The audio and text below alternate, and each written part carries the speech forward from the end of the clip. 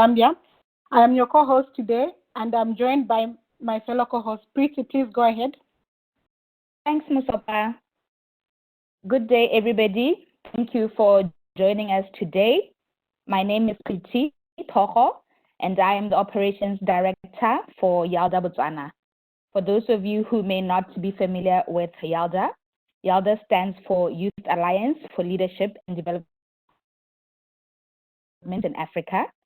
We are a Pan-African youth organization in the US and the UK. Our vision as YALDA is to be an international network of inspired, empowered, and proactive young African leaders holding influential decision-making positions and running their own organizations, culminating in a prosperous and developed African continent. Thank you again for joining us today in this webinar. We will be discussing a few factors around COVID-19. We trust that you will enjoy our webinar. Back to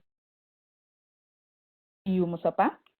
Thank you so much, Preeti. So when we started planning this roundtable about 2 weeks ago or so, there were about 1,000 cases, confirmed cases of COVID-19 in Africa.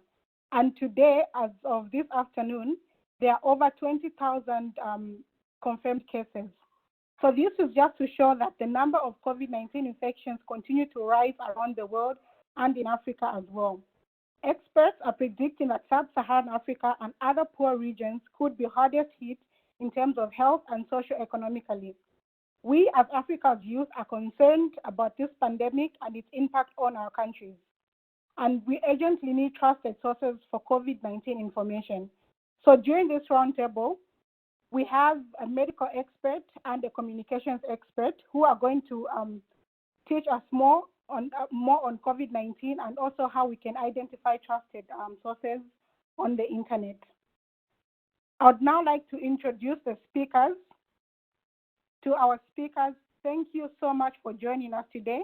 It's absolutely great to have you here with us today.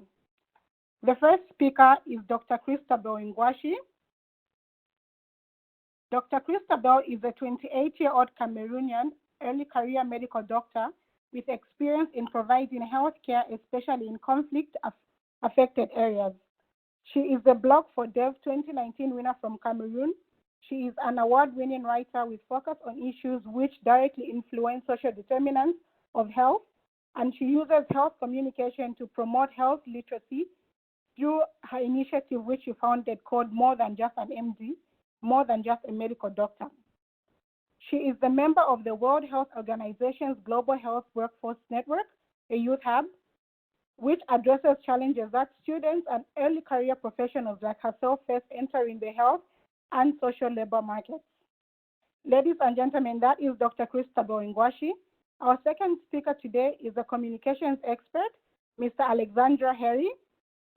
Mr. Alexandra Harry is an external affairs officer with the World Bank Africa region, where he leads the digital production of the communications team.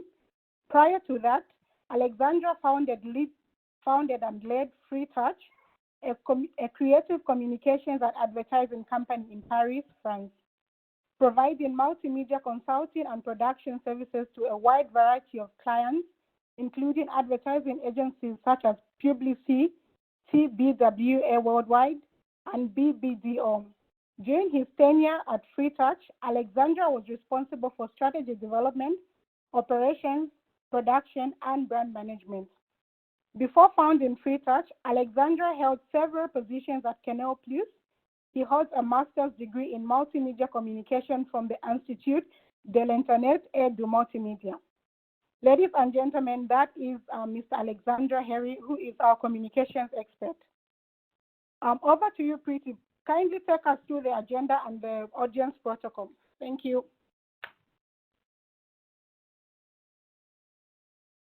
All right. Thank you again, Musopa. In terms of our day, you are all in for a treat. Musopa has just taken us through the introductions. From the introductions, we will be joined by Ms. Laura Leary, who is the Manager for External Affairs at World Bank Africa region. After Ms. Leary's opening remarks, we will then head straight into the panel discussions by our two expert panelists. And then from there, you will be allowed to answer to our panel. After the Q&A session, we will get straight into the closing remarks and close our webinar. And then in terms of the webinar protocol, please, when you enter, ensure that your mic is on mute. Please remain on mute throughout the round table, and also ensure that your camera is off.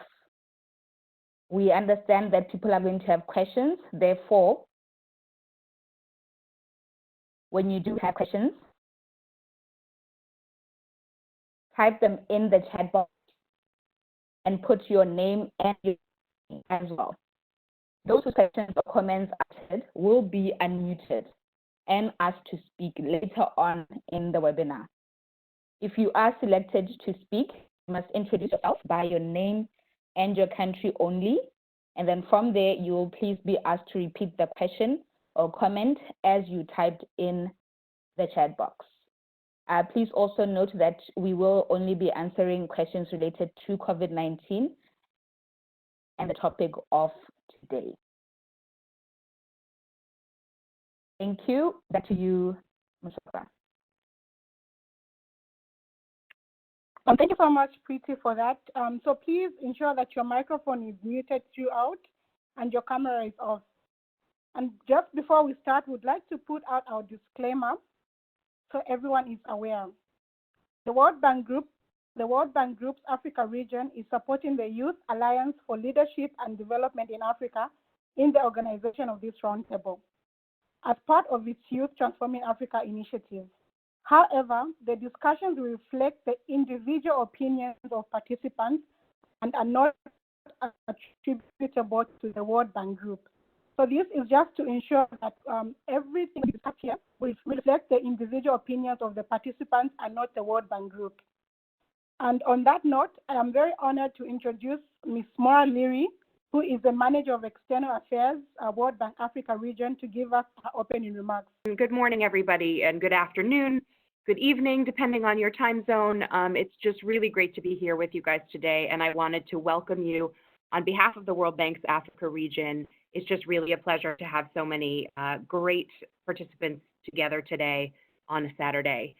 We are so happy to support this platform and to partner with YALDA. This is part of our Youth Transforming Africa initiative, which many of you may be familiar with. And we really value partnerships like this because we want to encourage Africa's young people to get plugged into development, to drive the conversation, to influence policymakers, tell us what we need to be doing differently, and discuss topics that are really important to you, both today, right now, what's affecting you right now, and what you are interested in for your futures. As you know, we're gathering today virtually. Sadly, we can't all be together in the same place because we're all living through this global crisis. The world is reeling from this coronavirus pandemic. In sub-Saharan Africa, countries are beginning to feel the impact, but as you heard earlier, this is growing just as it has in every other place in the world, exponentially and moving very quickly. So having this conversation right now is great. I think a lot of countries wish they had conversations like this a lot earlier. So really glad that everybody's coming together today to have these conversations. I see a couple of ways where this group of people, this group of young people, can be game changers in the fight against COVID-19. And I think today's discussion is going to cover some of them, but let me just share three of them. First and foremost, get the right information about the virus, how it's transmitted, what you can do to prevent it, et cetera. I think a lot of countries have learned the hard way that you can't believe everything you read on the internet, that a lot about this is unknown, and that misinformation is everywhere. And that ends up delaying a lot of action. That can lead to loss of lives, that can lead to loss of livelihoods, and it would be fantastic if that's a lesson that could be learned from the rest of the world as this starts to spread across Africa. So it's really important to help identify trusted sources, detect fake news and rumors, and help your communities really get the right information at the right time. The second thing that I think is really important, and that's also been really tricky in other places, is behavior change. Social distancing, washing your hands, avoiding crowds and gatherings. I can tell you this is, we're on week 4 or 5, I think, of this sort of lockdown situation, and it's hard, but it's doable. And the earlier you start, the better off everyone will be. That's, I think, been really visible in the experiences of other countries. And then third, you have such an important role as community leaders to engage people around you, to adopt those behavioral changes, to share the trusted information you have access to. You can write blogs, you can speak to media, you can share what you know with friends and family in your WhatsApp groups, really anywhere, and have forums like this where you can really share the right information and connect and grow your networks to make sure the right stuff is getting out at the right time. This roundtable is absolutely not about what the World Bank is doing. So I'm going to be I'm going to cut myself off here. We're providing support to make this discussion happen, but this isn't about what we're doing. This is really about you. If you want to know more about what we're doing, you can have a look at our website, worldbank.org/Africa, and the World Bank Group has a website specifically on the coronavirus response, which is worldbank.org/coronavirus. But otherwise, this is really about you and the things that are important to you. So I want to thank the steering committee so much for putting this together. This is the first time we're doing this, but I'm sure it won't be the last on this webinar series. I'm really grateful for the partnership with YALDA, and I really hope that this roundtable is useful to everyone here. So thank you so much for having us, and over to you, Mustafa. Much more for those wonderful opening remarks.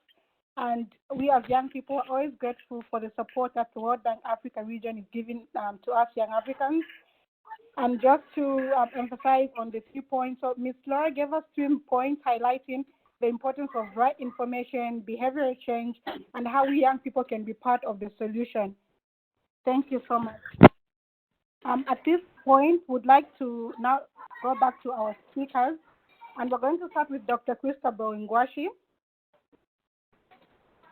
Doctor, there's been so much discussion on coronavirus, so maybe you can just start by explaining to us what coronavirus is. Doctor, over to you. Okay, thank you very much, Mustafa, and welcome to everybody. So, what is coronavirus? What we know is COVID-19, and it's coronavirus disease of 2019, and it's caused by the virus SARS-CoV-2. SARS stands for Severe Acute Respiratory Syndrome, and SARS-CoV-2 is similar to SARS-CoV-1, which was first detected in 2013. And SARS-CoV-1 and SARS-CoV-2, it's part of a greater group, a bigger group or family of viruses called coronaviruses. However, this is the first time the human beings have been exposed to SARS-CoV-2. Reason why you see there are a lot of studies, research going on right now to come up with a vaccine, because human beings have not been exposed to this, so we have not developed immunity to SARS-CoV-2. Had it been we had been exposed to this before, we would have already developed antibodies that can make it easy for us to fight on second exposure. So there is a myth right now that says it doesn't cause severe disease in young people because they have a strong immune system, and so you have a lot of youth going about not respecting the preventive measures they've given. In fact, that's what I hear some people tell me. Somebody walks into my office and I ask, why are you not putting on your mask? Why are you not doing this? And he tells you, oh, this doesn't affect young people because I'm strong, my immune system is strong, so I'm not going to develop severe disease. So I think this one of the purposes of this webinar is for us to debunk all of these myths and actually put all youth on a healthier path.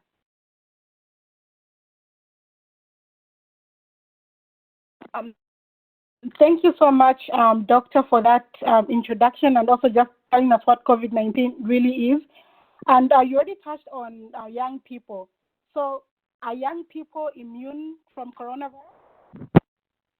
No, young people are not immune from coronavirus. In fact, they are more exposed to coronavirus. Why? Because first, young people form a greater part of the workforce.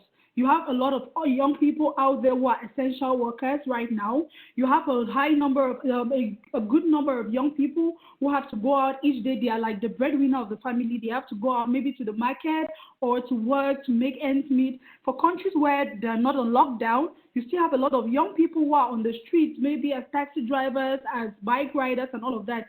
So youth are actually at the forefront of it, or they have a higher risk of contamination. Secondly, we may think that because by the virtue of our age, our immune system is strong, but we fail to understand that our immune systems might be weakened by other things apart from age. First, stress.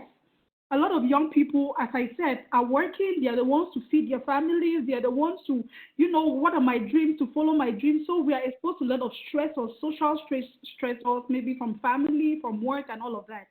Secondly, substance abuse. The highest number of substance abuses, be it alcohol, drugs, or cigarettes, are young people. So you might think that just by virtue of your age, your immune system is strong, but you are a smoker, and that puts you at a very great risk. But you drink a lot of alcohol, that puts you also at very great risk. Also, poor nutrition. Maybe we're too busy to prepare healthy meals, or maybe it's just not accessible, or a lot of things could hamper our ability to access good nutrition. Stress, substance abuse, and poor nutrition actually play a part in weakening our immune system and puts us at a risk of having severe symptoms, contrary to popular belief. Thirdly, generally, COVID-19, with the coming of COVID-19, the economy has been greatly affected. And as I said, youth are at the forefront of, boosting the economy, bringing in income and all of that. So young people, maybe as CEOs, as workers, they have to re-strategize. So they have to also be informed about COVID-19 to see trends and see how they adjust in order to keep going. Also, COVID-19 has opened up a lot of new opportunities, especially in the digital space. And this is very important for youth because well, we're on WebEx now. You have a lot of people on Zoom. I'm sure the last time we couldn't have this meeting because we just thought, oh, maybe it's too crowded. Or there are a lot of meetings going on and maybe it's having some technical issues. So there's a lot of opportunity in the digital space right now, and youth have to exploit those opportunities. Also, majority of youth are on social media, and they have an influence on the spread of misinformation. It has been known that the more right information people have, the easier we'll be able to combat this. Because you have people right up to this point, you ask them, why do you know anything about coronavirus, or do you know how to prevent this? And they tell you, I don't know. Anyway, somebody told me I should eat ginger and garlic, or I should eat this or this, and you'll be gone. Somebody told me I should drink Dettol, and you'll be gone. So all of that misinformation plays a role on how fast the spread goes. So it is important that young people, majority of whom are on social media and play a very great part in communication, should be informed accurately about COVID-19 in order to send out the right information. And I'm sure if everybody has the right information about prevention of COVID-19, we'll be at a good distance gone in reducing the spread. Thank you so much, Doctor, for that detailed explanation. So indeed, young people are not immune to coronavirus, especially due to our behavioral patterns, drinking alcohol, smoking, and every other habits that weaken our immune system. And so thank you so much. And to all our participants, please note that you can ask your questions in the chat box. You can just type your question in there, and it will be read out sometime during the Q&A session. Thank you so much. Back to you. Just before we move on to the next question, Dr. Christabel, I'd really like to agree with what you have said. Just today in Zambia, we had about 4 cases of coronavirus, and 2 of them where one was a 19-year-old female and the other one was a 10-year-old female. So then I realized, oh, wow, this is really, really, really real, and young people are indeed not immune to that. And moving on to the next question, what are some of the myths and facts surrounding coronavirus? You had talked about someone telling you to eat ginger or garlic or whatever. What other myths are there? And if you could please tell us the myths versus the facts. Thank you so much. Okay. Seeing the coming of coronavirus 19, I've heard a lot of things. If you want to start debunking the myth, it's going to take like the whole day. I'm sure some are even going to come up in the question session because there's a lot of things that people ask, and I'm like, hell no, that's not it. So the first thing I want to debunk is the transmission of COVID-19. Yes, it's person-to-person transmission. And as of March 28th, WHO said COVID-19 is not airborne. But lately, there's been a lot of debate about the transmission because first, the issue is what scientists came up with is okay, the droplets containing the virus are so heavy to stay in air. So they travel for around 1 meter, about a 1 meter distance, and then settle on surfaces.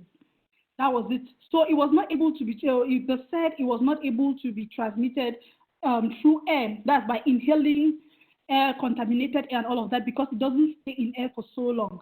But lately, another study came up saying that the droplets containing the virus can actually stay in air for about 3 hours.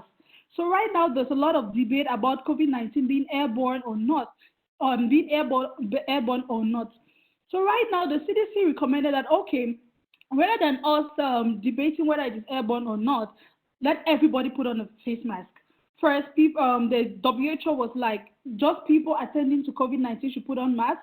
If you are sick, you put on a mask, or if you're in contact with you're in a crowd or in a public space, you put on a mask.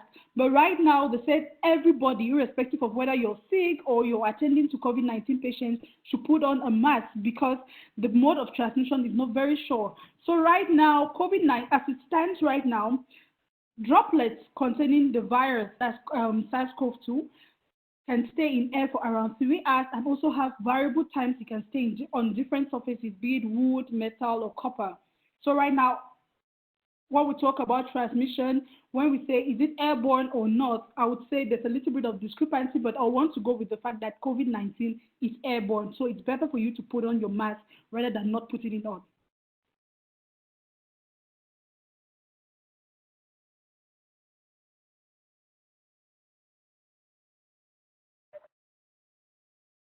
Thank you so much, Doctor. Thank you so much, Doctor, for that for all that information. And so, hello? Yeah? Okay, sure. So is there any treatment or cure for coronavirus? Right now, presently, there is no approved treatment or vaccine for coronaviruses. There are a lot of trials, scientific trials going on now for different vaccines, for different medications. There are medications that have shown success in some patients, in some places.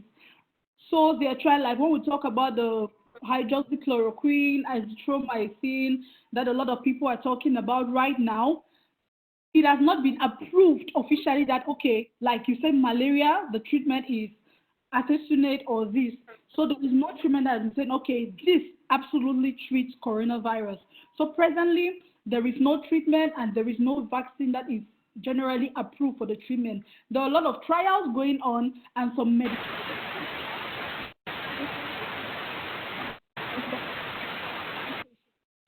So when you get success in some patients, a clinical trial has to be done with a larger cohort of patients to see if actually it treats, because each patient is independent. You can't take what works for one patient and generalize it without a duly followed clinical trial. So you have to do a clinical trial to be able to see that, okay, this can work for a greater part of the population, irrespective of whatever.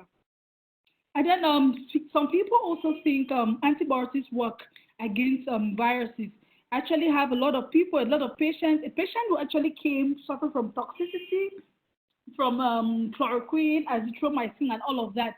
And because of what was going on the internet, chloroquine treats COVID-19. So everybody fell on chloroquine and started ingesting it just to prevent it. Some people say COVID-19 is similar to pneumonia, so I can take antibiotics and it will be gone. So right now, SARS-CoV-2 is a virus.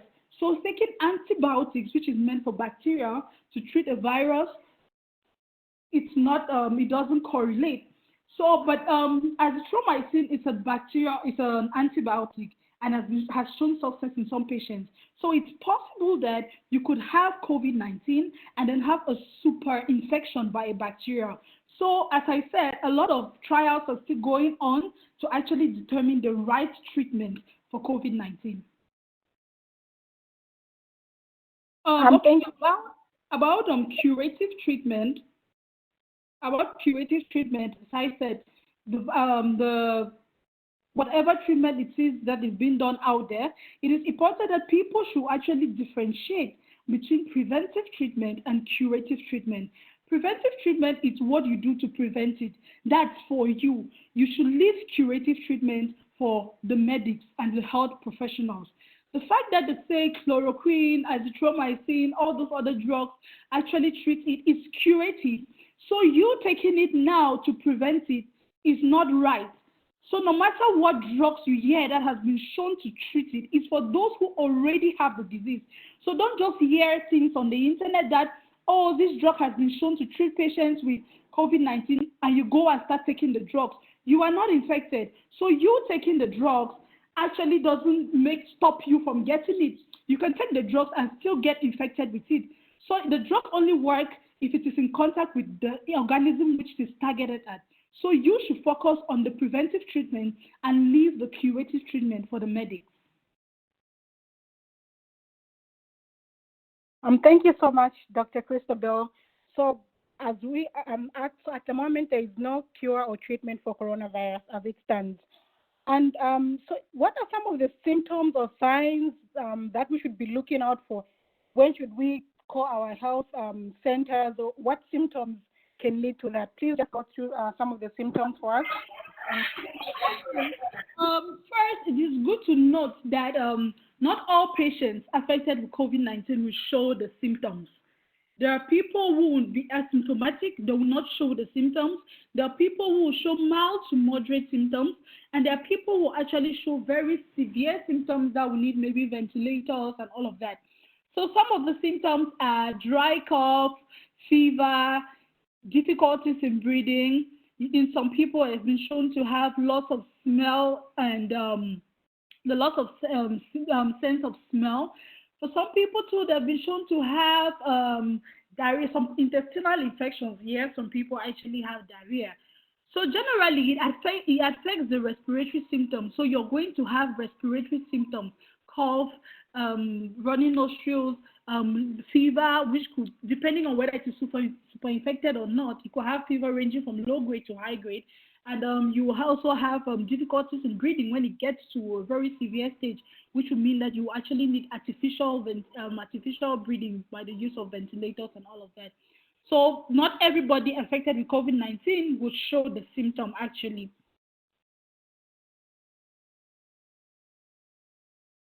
Thank you so much, Doctor. So is that to say that if I have let's say if I have a fever or a dry cough, should I immediately, call the health center, or should I wait for some time, let's say a day or two, or what would you say? It's better you call your hotline, the SOS line, because it's better you go there and they test you and it's negative than that it was positive and you had to stay, keep infecting people and all of that. And it's affected even me as a medic. Right now, it's creating a lot of bias in my diagnosis. At first, when you have someone having fever, cough, headache, and all of that, you may first want to think maybe it's a pneumonia, maybe it's bronchitis, maybe it's this. But right now, when I see someone, fever, cough, headache, and all of them, maybe this is it. Have you had any history of travel? Even without a history of travel, my diagnosis first shifts towards coronavirus, because I believe that it's better for you to actually suspect, have a high level of suspicion. You send the patient to the testing center and the patient is tested and shown that it's negative. than for the patient to actually have it and you shove it aside that, oh, no, since he doesn't have a history of travel, it couldn't be coronavirus 19. Right now, all medics are actually encouraged to have a very high level of suspicion, especially when you have access to the testing kits and everything. You should test everybody that you suspect. Let it be negative first, and then you say, okay, it's fine. Then that you say that no, it's not it, and the patient goes into the community, keeps infecting people, and then you finally discover it when it's very late, and you have more than maybe 100, 200 people already infected. So the first thing is for you, when you know these symptoms, if you have any of them, just call your hotline and get tested first. Thank you so much, Doctor. Would you have any concluding remarks? Definitely. This webinar is in the first step very important for we all as young people, because it's very important, especially with this misinformation. The more informed people are, the better they will practice the preventive measures, and the faster we're going to reduce the spread. So it's important that we have accurate information, we spread it rightly, and we should also take the preventive measures ourselves. We shouldn't just rely on the fact that I am young, my immune system is strong, and expose ourselves, keep on going to gatherings, partying, especially for countries who are not on lockdown. You still see people in parties, in bars, going for their weddings and all of that without masks and all of that, in the name of I am young, I'm strong, my immune system is strong, so I wouldn't have severe symptoms even if I get it. So it's important that we should actually take the preventive measures as young people. As they say, young people for the future of Africa. So we need all of you alive. We need all of us alive in order to push the agenda in Africa. And then also it's important for us to respect the preventive measures. As Nora said, you should keep your distance, you should wash your hands. And right now, I would say it's imperative you wear your mask. Right now, there's a little shortage in supply of K95 masks or medical masks, so it is being reserved for medical practitioners. So if you want to put on a material mask made up of, Ankara material or a cloth material, it's important that it should be thick enough, or you put it in a filter, and it's at least a level that it can actually control the droplets from getting to you. So we need to have the right information from a credible source, educate everyone around us, and of course, respect the preventive measures so that we all are going to get out of this strong and healthy. Thank you so much, Doctor, for that very informative presentation. And just talking about the right information, today we're joined by Alexandra Harry. Alex. And Alex, there's so many messages going around. People, for example, on WhatsApp, just a day people can share maybe 10 messages on coronavirus, and the news is, I don't know if it's real or fake, and it's hard for young people to really identify what's real and what's fake. So please, if you could just tell us what you think is the impact of fake news on the spread of coronavirus. If we could start with that question, please. Yeah, we can start with that. Good morning, everyone. It's a pleasure to be joining you for this meeting. Listening to Krista, but I don't think I have too many things to add. She covered a lot, but I will try my best. So to go back to your question, as you all know, we are living under a pandemic, but not only, we're also facing an infodemic, which is an overabundance of information, as coined by the World Health Organization, the WHO. This abundance of information will drown vital news and provide more room for fake news to proliferate. That's the reason to me that the impact of fake news could be catastrophic, especially by accelerating the spread of the virus. That's the reason I took this quote from online, where fake news about COVID-19 can be as dangerous as the virus.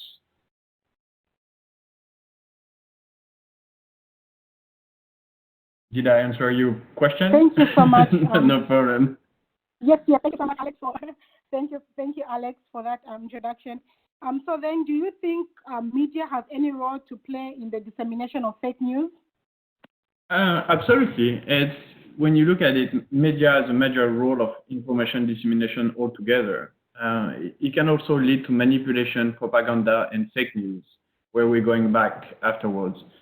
In the current environment with so much uncertainty about the virus, the coronavirus, and as people across the world are asked to stay home and away from each other, media, in particular social media, is an attractive way to stay in touch, to be informed and to inform. But it can also be a source of fake news and bad advice, which can have terrible consequences. I think Christabel covered a lot about that too, but I will try to go back to that in my conclusion. As you can see on the next slide, that leads me to some examples that have been recently shared through different media channels. You probably also this kind of fake news and I mean, this kind of news going through your emails, through your WhatsApp, through all social media, etc., etc. The first one is from Stanford Health that you can see on the left side that was sent to me by my wife, who got it from colleagues. Also, they got it from an hospital source. They got it from blah blah blah blah blah blah. So you know the trend. It's always like this. And when you start like this, it should be your first key that it's suspicious. My wife is not a health expert and therefore believes this very misleading and dangerous information because she cares. She tried to find a solution. She's in a scare mode. So everything got it to her. One of them being that the virus cannot survive in high temperatures has been shared using logo of organizations like UNICEF, which we all trust. However, this specific fake news had been shared in many countries across the African continent to provide some sense of relief that given the warm climate, the virus won't affect population in warm weather. Luckily, it has been immediately flagged as fake news by UNICEF and WHO. This story, I do a little parenthesis of that. It's really interesting. I found the entire thread where it started, and it started actually in Asia, where someone shared the story, and it spread all over the world. And another one is another fake story had been circulating is that people with dark skin or African blood won't be infected. My favorite one so far is not eating cabbage, but I'm just biased. Unfortunately, all this news are fake and very dangerous, except the cabbage one, of course. So, did I respond to your question? Yes, Alex, thank you so much Okay. for that. Indeed, the media has a role to play in all of this. And so then, Alex, how can African news discern from what's true and what's fake? I know you had touched a bit on that, but could you please just maybe explain further on that? How we can discern from what's true and what's fake? So it's a big long, but I will start with the most important way is for you to use common sense. I know it sounds silly, but sometimes it's just common sense can save you a lot of time. Well, still in doubt, I always follow this design where there is 8 simple steps. The first one is to consider the source. Is it a reliable TV channel, a newspaper, or social media account? Dig into the website to see what's beyond. Second, we need to read carefully and beyond just the catchy title. What is the whole story about? Are they backing it up with good sources? Titles like Man, 65, self-cured himself with only one ingredient, are big warnings. It's a clickbait. It's to get some money, to get some attention. It's to avoid. Third, who is the author? And who is saying this in the radio or the TV? Are they credible or even real? Think about bots. Bots are used regularly for propaganda. Fourth, are they providing supporting evidence and sources, or are they just giving opinion they are not backed up? Fifth, check the date. It's really important. For example, and I take Christabel's comments earlier, Recommendations about masks 1 month ago are different now. 6. Is it a joke? It could be satire. We all get some email from satire website and newspaper. There are many of them, so make sure you don't believe those. Or, for example, is it April's Fool? 7. Check your bias to make sure your belief don't affect your judgment, like drinkers who think alcohol is a cure, because they read it. And lastly, as an expert, please do fact-checking. So, talking about fact-checking, next slide. Sorry. Talking about fact-checking, there is plethora of websites like Africa Check, Snopes, Les Décodeurs de Le Monde, AP News, Pointer, etc., etc. I name it. A lot of them have a special section for coronavirus fact-checking. Africa Check, for example, even a WhatsApp account with a bot where you can check whether the message you receive has been fact-checked or reported as fake. And another application on top of my head is Rover. It's from South Africa as well, and it can train you to distinguish between real and fake news. I encourage all of you to check this website and applications. You have the same training on a lot of fact-checking websites if you're interested. The fact-checking is one way to avoid fake news. Another way is to go directly to the main source of information. In this case, it would be global organizations like the WHO, some regional organizations like the West African Health Organization, and other national health organizations like CDC in the US and NHA in the UK. Given how dangerous fake news is, the WHO has developed several tools to help you get safe information. For example, he had created a Mythbuster page where actually Chrisabel took the graph from, where he just lists not all the myths, the fake news, but a lot of them, and do it with graphic, which is actually nice. It's also, I can go back to that later, but it also helps for people that don't know how to read. They also launch dedicated WhatsApp and Viber accounts in multiple languages to provide you with the latest news about the virus and how you can identify symptoms and protect yourself. As you know, they're providing real-time data on number of cases and the spread of the virus worldwide. This, like they advertise it, has the potential to reach 2 billion people. Finally, in a perfect world, we all go to the WHO to read the news about coronavirus, but it's not happening. The reality is we are bombarded with news from different channels, all trying to get our attention.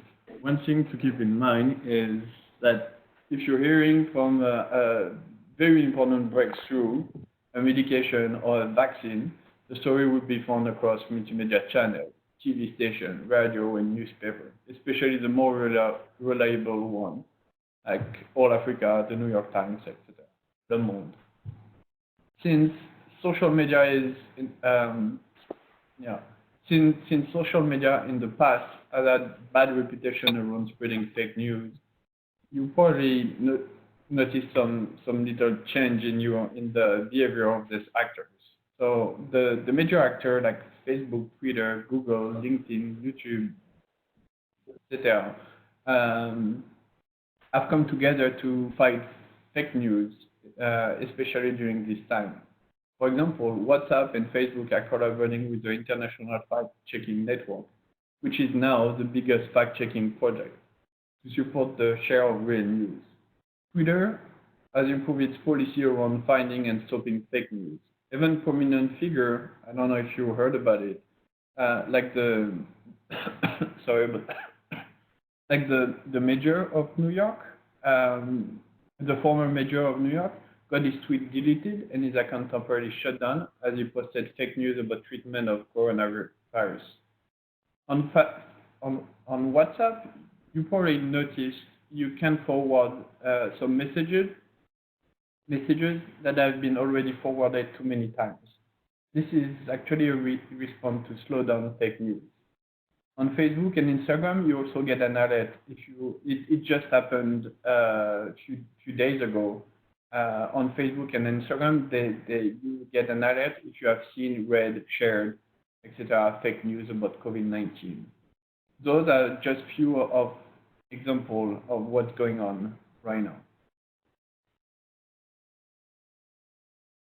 Which leads me to my last point. Just please be smart about the information and the news you're reading and sharing. We all need to be good stewards of information and rely on expert advice, especially around treatment. As an example, and once again, thanks Christabel to ruining my conclusion, a man in the US died after self-treating himself with a form of chloroquine used to treat aquariums. It's a real story. Several died from drinking bleach, methanol, Dettol, which is an antiseptic. Yeah. Others got severely injured because of taking silver, salt, cocaine, specialty, homemade concoction. So the doctor here will confirm it's a bad idea to self-treat yourself, since not everyone responds to the same way to the same medication. And let's leave the advice from the specialists. In conclusion, I would say that fear short-circuits rationality.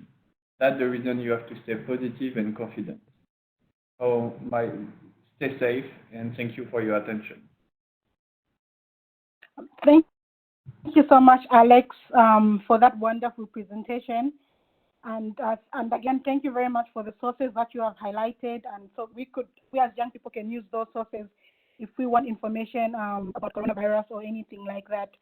Just yesterday, I Google searched coronavirus, and I was very amazed by what came up. So just as you have said, the top sources that you've mentioned actually came up and was accurate information. And also, there was also a part where Zambia appeared and also giving that information. So thank you very much, Alex and Christabel, for the wonderful presentations. At this particular point, I would like to go back to Preeti to take the Q&A session. Over to you, Preeti. Okay, thank you very much to the doc, to Alex, and to Mosopo for a very interesting chat. We're going to now head into the Q&A. I've seen some very good questions come through. Just a reminder, if your question has been chosen, please unmute yourself, tell us your name, the country that you are listening in from, and then read your question out the same way that you have written it in the chat box. Another disclaimer notice, the World Bank Group's Africa region is supporting YALDA in the organization of this roundtable as part of its Youth Transforming Africa initiative. The discussions and the answers to the questions will reflect the individual opinions of participants and are not attributable to the World Bank Group. With that being said, Eric M., who did not specify which country he or she is writing or listening in from, has asked a really good question. Eric, I hope you are still there. Please unmute yourself, introduce yourself to us, if you are listening in from, and then please read out your question for us or for the panel. Okay, so I don't know whether Eric has left or what, but I will read out the question for him. So his question was, how is the propagation rate or spread rate in Africa compared to other continents? So far, it seems to be slower. Is it really the case? So I think this question can be addressed to the doc. I wouldn't really say slow, because these are two places to compare two things. They must be at relatively different places. First, I want to talk about where I think there are more. We may think that the spread is not too much in Africa because testing is not vigorous. But out there, they have a lot of testing kits, they have a lot of material and all of that, and you're doing testing at each go. Like you have the SOS line working. Once you call it, the computer off, they do the test and the results are out in the data and all of that. But when you want to compare it to maybe in Cameroon or maybe some other countries, first, the hotlines are bombarded. There are times when I'm suspected and I call the hotline. It has to be, you take like 6 hours, sometimes 12 hours, sometimes it has to go a day. We keep on trying and it's occupied and all of that. So the testing is not very vigorous. So you may actually have people who are actually infected, but they have not been tested. So, but the values we have right now in Africa are those that have been tested and are shown to be positive. So I think that if testing is more rigorous, we'll actually discover that the values in Africa are not actually what is there. But out there, you may think that it's faster because they're doing the testing, they are having the confirming cases earlier, and they have the testing is vigorous, so they have more cases that have been tested positive, so their values are rising really rapidly. So I think if the same strategy is being used in Africa or in countries where you think that the values are not too much, you may actually realize that we may actually be more like 10 times more than where we are right now. So that's what I think. I think we can't really compare because we are not at the same level. Our health systems, we can't really compare the two. All right. Thanks so much for that, Doc. It makes perfect sense. Eric, I hope you got that. The next question is from somebody with a French name, which I'm about to butcher. Forgive me in advance. Renaud de Savi. Renaud, are you still in the call? If you are, please unmute yourself and ask your question. Hello, everyone. Yeah. So, my first question was, countries like Czech Republic have effectively reduced their propagation rates through a mask for all policy. What is the African countries are doing in that direction? Sorry, please, can you repeat the question? They have reduced the propagation through what? A mask for all policy. Okay. Yes. This at first there was some, will I say, arguments for this mask for all. I don't know if it's really because it was due to shortage of supply or it was really not necessary. And that's why I said the studies lately in the last 2 weeks have actually shown that since those droplets stay in air for about 3 hours, the CDC recommended that everybody should put on a mask, especially when you're going out or you're in a public place and all of that. So the Czech Republic, but I am not sure that it was only through the mask for all policy, because mask for everybody is just one. When you talk about the mask for all, it has to be accompanied with respect for the other preventive measures, the washing of the hands, the social distancing and all of that, the lockdown, some countries are on lockdown and all of that. So they may have controlled it, but I don't think that the mask for all policy was the only thing that helped them to control it. So you may have African countries, like in my country, they've actually recommended everybody should put on a mask, and there are fines for people who don't respect it. So countries are now recommending that everybody should put on a mask, but more sensitization and education has to also be done for how to actually use this mask, because I can tell you I've seen all kinds of ways in which people wear masks. Also, how to care for this mask. You have people putting on the mask, they'll remove the mask, put it on the surface, take it and put it back, or people turning it, use their hands, remove the mask, put it beneath their chin, itch their nostrils and all of that. So some people think that putting a mask for all policy gives people a false sense of protection, and so will make them to relax on the other preventive measures. So if African countries want to do anything like for a mask for all policies, you have to reiterate that it doesn't cancel out the other preventive measures, and also tell them how to properly use and care for this mask.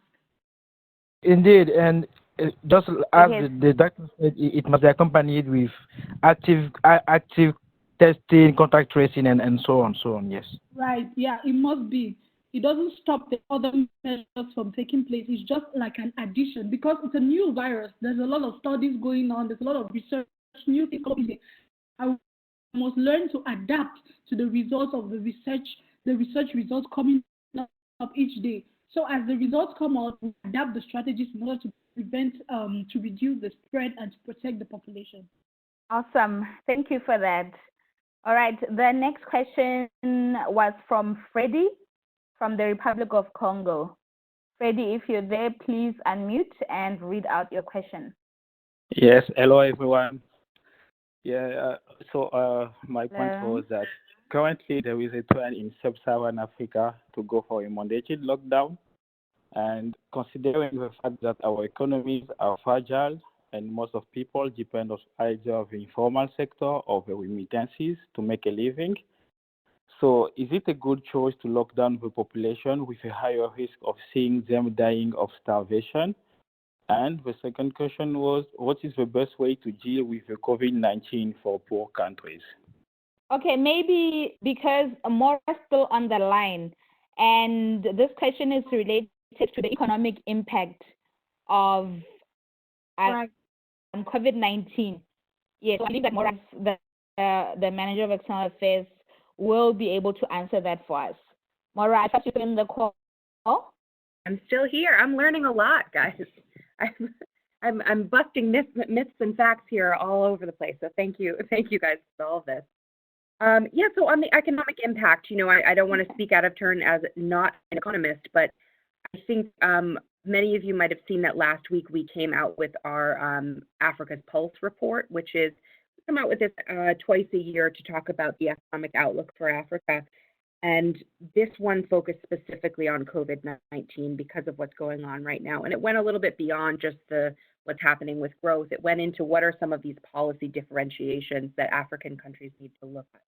So what are things that maybe worked in one place in the world but may not work for African countries, given, high levels of informality. You have a lot of people working, I think 90% of the workforce is in the informal sector. And how do you support people through a crisis like this? And it may be a different policy response than we've seen in other places. So I would encourage you guys, number one, we're going to try to bring our chief economist, I'm hoping, or someone from our chief economist's office to the next roundtable that we have with Yalda to talk specifically about this and to answer some questions on this. But number two, we did a Facebook interview with our chief economist, Albert Zufak, where actually he went into exactly this question that you asked about, the virus, the food security question, right? The question of sort of starvation versus getting the virus.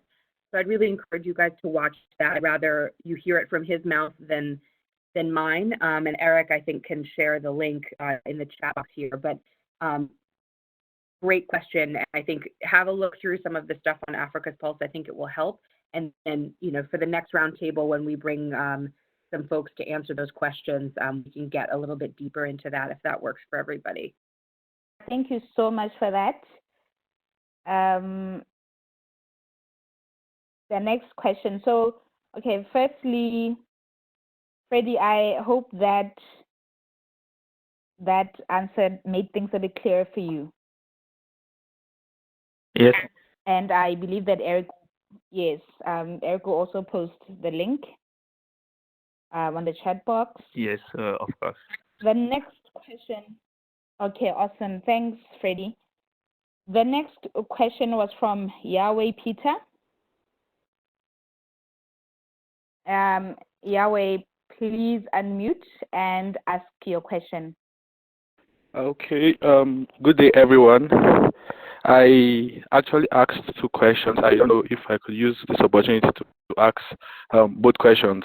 Okay, anyways, the first is, okay, thank you to Dr. Christabel for the exposition. Um, Please, does the use of any face masks actually prevent or reduce the risk of a normal individual coming down with the COVID-19, and in what particular manner should face masks be used?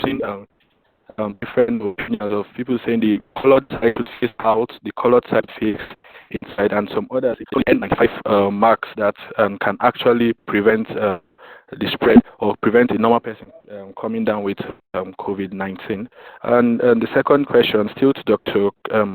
Christabel, is I read something about herd immunity along the malaria belt and how this is supportive evidence for the low mortality rates due to COVID-19 in Africans.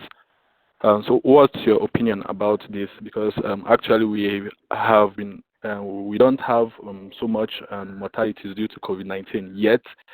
I don't know if it's going to remain like this, or there's still an unsaid theory or something that is going to come. So to Dr. Christabel, thank you. Okay, thank you very much for your question. So I'll go to the first one about the face mask. When you talk about the colored ones, I want to believe you're talking about the medical mask. You know the different masks we use in the hospital, the K95, and then you have the others. So the problem is the one that you're talking about, I guess the one which has the blue outside and then the white inside. But actually, the idea is what is inside should actually be absorbent, and then what is outside should be repellent. Means that what faces you, that it should be able to absorb that's your own saliva or whatever you should be able to absorb your own droplets, and it should repel that coming from someone else. I don't know if you understand. So if I want an example for the one we use in the hospital, we have a blue pad outside, and then the white pad which is facing yourself.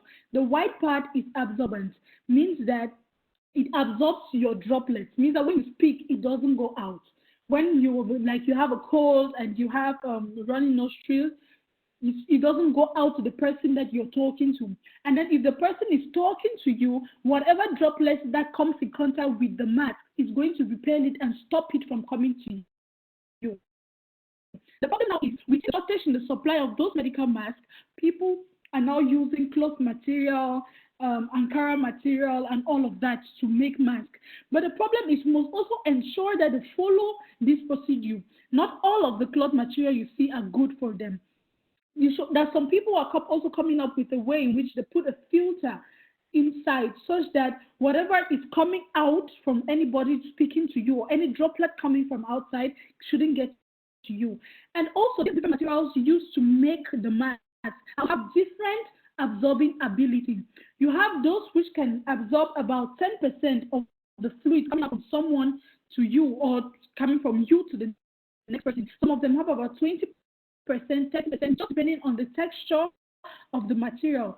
So what has to be done now, if we have to actually do a mask for all policy, is we should ensure that the material that people are using to actually make this mask is actually what is needed to absorb what the person wearing it should absorb the droplets from the person using it and repel the droplets from the person outside, that's from somebody you're talking to or from the environment. That's how the face mask has to be worn. And when you wear your face mask, you should avoid touching it, especially the external part. You have people who have the tendency when you wear a mask, of course, I know with all of this COVID-19, there's a high tendency of people itching their nostrils, even me. I don't know, since COVID-19 came in, my face has been more itchy than usual. All the time I have to itch my face, my nostril, and all of that. So it's for you to, touch your nose, touch your face, and all of that. You shouldn't, if you touch your face or touch your mask, you should use your hand sanitizer. You should wash your hands so that if at any point in time your hand has to touch your bare face, it should be sanitized and it should be clean. Also, when you wear your mask, you should wear it properly. It shouldn't be hanging on your chin. It shouldn't be on your forehead. It shouldn't be hanging loosely. It should be worn properly, and you should also discard of it properly. Because right now, I think kids, They don't know, most of them don't know what's going on. You just discard of it on the road. A child is going to take it, pick it up, and put it on his nostrils, thinking he's playing or something. But you're exposing that child to COVID-19 just in case, if in case that mask actually has been contaminated. So you should wear it properly. You should avoid touching it or how you manipulate your mask, and then you should dispose of it properly while also accompanied with the other preventive measures. And then your second question was around the herd immunity. Yes, especially around the time when people were talking about the chloroquine and all of that. We're like, oh, no wonder people who are in the malaria belt don't actually have a high level of propagation and all of that. But presently, there's actually no study that has actually shown, we are scientists. If there's no real evidence, scientific backing, we can't say yes or no. But presently, there's actually no scientific evidence that shows that our immunity, herd immunity, or anything related to the fact that we have been infected with malaria, on the fact that chloroquine treats COVID-19, it makes us immune. Because you see people in Africa who are having, we see the values are rising every day. So it doesn't mean that the people who are having it have malaria before. So I wouldn't really say the fact that we have herd immunity to malaria and all of that actually keeps us immune or actually has an impact on our values. I would actually think more with the fact that we're not testing more, and maybe some countries that have been on lockdown have also helped to reduce the spread and all of that. So a lot of countries are taking a lot of measures to reduce the spread, but presently our herd immunity to malaria has no scientific backing that is related to the transmission of COVID-19. Thank you for that, Doc. So we have another really good question here from Rickson. I trust that's how we pronounce your name. So Rickson from Malawi, please unmute and ask your question. Hi. So with most of Africans unable to read, and also especially that the COVID news or any sort of news or fake news spreads through the word of mouth, how can these people who are unable to read fact check the information they are getting about COVID? Yeah, so that's where you actually play in a huge part of this. It's you have access to everything. You have access to internet. You have access to the WHO website. You should have all the knowledge to be able to spread right information. So everything starts with you. You can see in a lot of, I was reading an article, you can see in a lot of bars where people were printing the UNICEF information. That was a fake one. So some of them are graph, and they look at it and they understand that they can do this or they can do that. So it's easy to understand. So now what you have to do is, if you see something wrong like this in a bar, you have to change it. You have to educate people, because we count on you. All these people, they don't have access. They need you. There's also, in some countries, there is some radio by the UNICEF actually that all day long giving information about the virus and all the advice that they need to stop it. What they have to wear, what they have to wash their hands, and everything else. So it's not about just internet. It's also about radio and paper and everything you have for communicating. So everything starts from you. Alex, please permit me add something to that. And there are other ways in which I've seen other countries do it. Like in Rwanda, they actually attached a speaker to a drone that was actually going around and sensitizing people and educating people about COVID-19, which I think is a very good strategy. If you can inform people like that through the use of speakers, or in my country, when you call somebody before the phone actually starts ringing, you get some information about it. So if you're able to make a call, if you're able to make a call every day, you can get some information. And then using drones and all of that in local languages, you can also be able to do that. Then for deaf people who can't listen, and for the dumb, you can actually use other ways in which the information can reach them, the right information can reach them. And also starts from you. Of course, fake information lives from it has a source.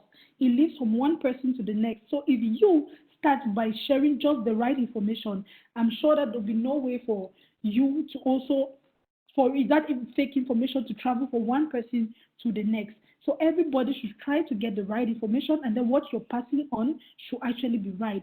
So it starts from you as well. Thank you.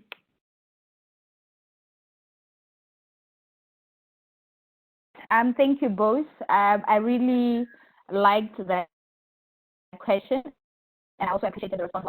Particularly, I'm challenged by what Alex just said, that we, really us as African youth, we have the knowledge, we have access to the knowledge. So it's up to us to ensure that we make sure that we impart this knowledge to everybody around us.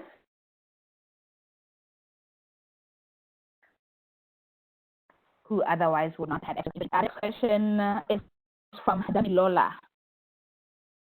Damilola, if you are, please unmute and start your question.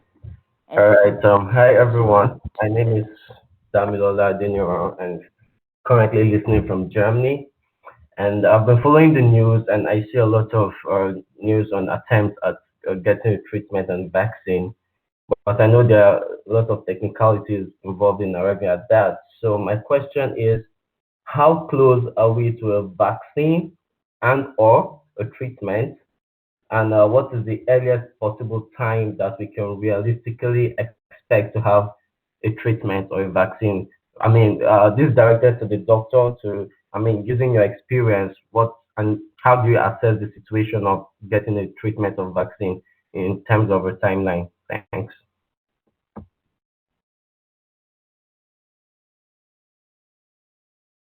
Thank you, Damilola, for your question.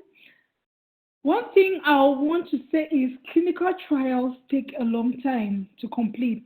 And the fact that a clinical trial is going on doesn't mean that you come out with a vaccine.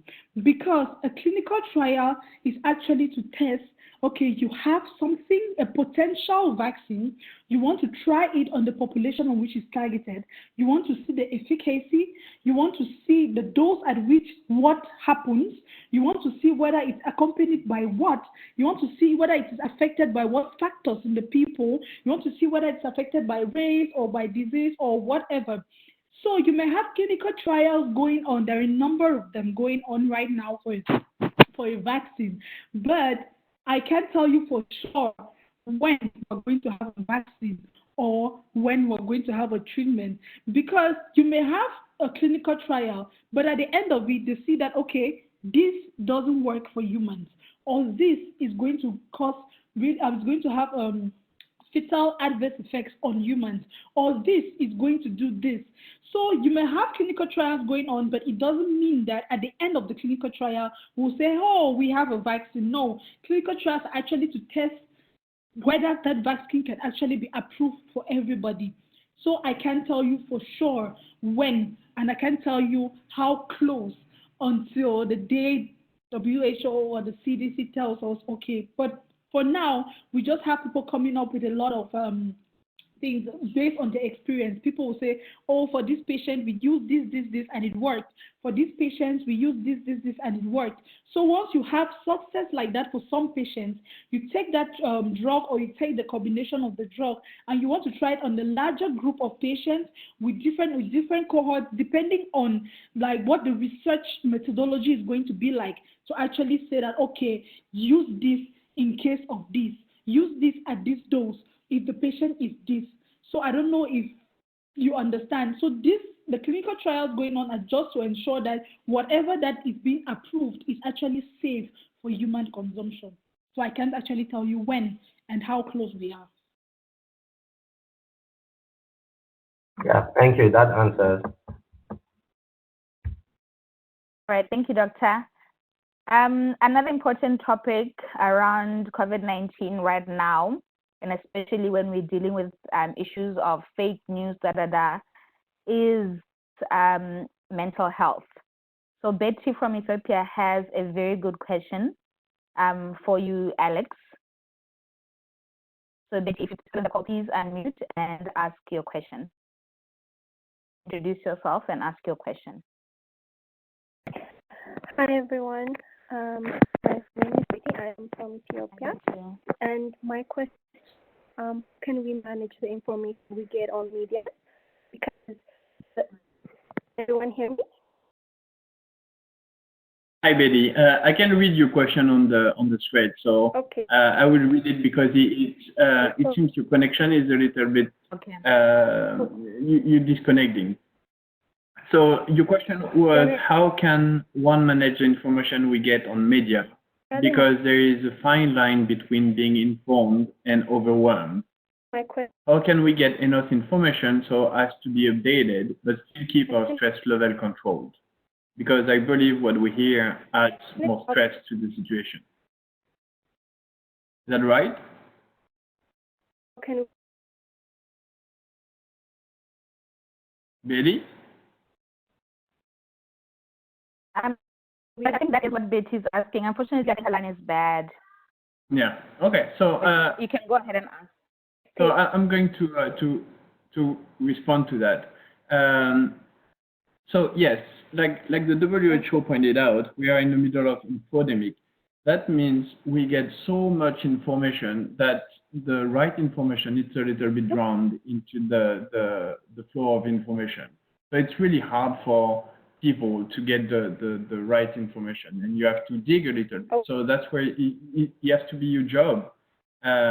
It's the problem is that the reason WhatsApp and all these companies are trying to slow down the spread of information, because on social media, on Facebook, you get an alert if you checked on something linked to COVID-19, and they send you directly to the right organization related to your country, your region. So my advice is, if you're stressed about this kind of, it's about me. So my advice is, if you're stressed about this kind of information, you should start with looking at what the authority are saying that everyone is following, which is the WHO. That's, you get all the information, and if you go on the Mythbuster page about the coronavirus, you will have all the myths debunked, meaning all the things you heard will be explained and tell you why it's wrong. That would be my advice, because I'm with you, and my wife is like this. It's too easy to get lost with all this information, and as we all live in this situation, and we want to find a cure, and we want to go back to our life like before, it's not the case right now. So we have to keep it tight, and we have to read the right information, and the most important thing is to spread the right information, because one fake news is spreading very fastly, and people have a tendency to believe it. So once again, if you hear breaking news, check on the main sources, and don't believe on obscure website, on WhatsApp or anything else. Just do the extra step and go and check on the WHO. That would be my advice. Thank you for that. Unfortunately, we're at our time that we're mindful to not keep everyone beyond their time. So I think in the interest of that, we understand that we didn't get to answer all the questions. However, we trust that you now have the tools to be able to get the answers yourselves. So, Doc and Alex, do you guys have any closing words? Quick closing words for everybody who's listening in. What I would say is, this is, as much as this is a difficult period for some of us, I must say that for the people, it's this has actually helped to expose a lot of things to us. First, to expose a lot of loopholes in some health systems. I'm believing that after this, policymakers, ministries of health will be able to know that it's good we prepare for pandemics or epidemics right beforehand and not wait for it to be at our doorsteps before we start putting things in place. Secondly, it's also come to expose a lot of opportunities, not just online, but a lot of opportunities, because wherever there's a problem, there's a solution. So it's time for us, especially in Africa, that I thought there was something like, about the vaccines being tried in Africa and all of that. And all of that, I had to say, it's because if other people are coming up with clinical trials and you're refusing in Africa and all of that, nobody stops us in Africa from also having clinical trials. So it's time for our researchers to go up, for us to invest into research. It's time for us in Africa, African youth, to get into research, to get into naturopathy, to get into a lot of things like this, so that we'll be able to combat this. And then finally, we all should stay safe for whatever that it is that the government says, your Ministry of Health says that, okay, we need to do this to curb the spread. I just hope that we all, I pray, I beg everyone to respect it. Don't go with the idea that, I'm young, my immune system is strong, I can't get this. No. Once you're exposed and you get it, you never know how it could turn out. You could be asymptomatic as well as you could be in very severe distress, needing ventilators and all of that. So I would say that we all should stay safe. You should respect the preventive measures given. And of course, you should explore the opportunities that this brings. Thank you.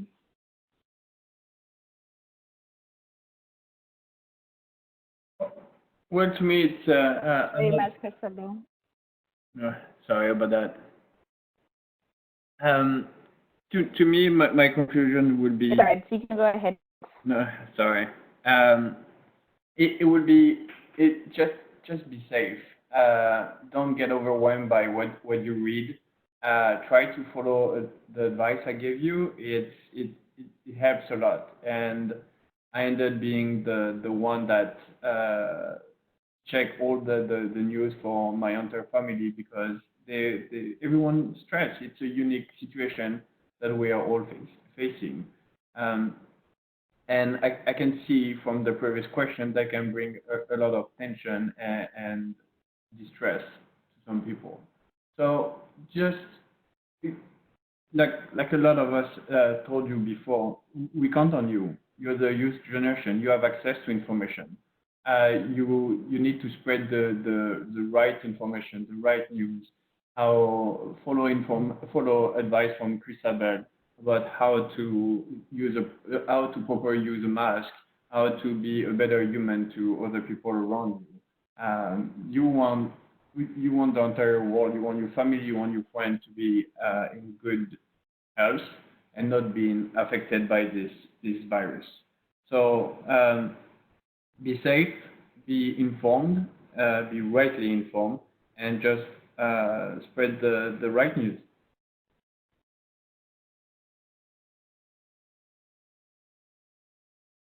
All right. And with that, we come to the end of our webinar today. Special thank you to our organizers, YALDA, in partnership with YTA, our panelists, and listeners today. You found today's webinar insightful, and that you will leave here with the tools necessary to help you to navigate this COVID-19 pandemic better, and be able to discern real from fake, also be able to tell people around you the same on how to tell what's fake, real. So thank you, everybody, and goodbye. Be safe.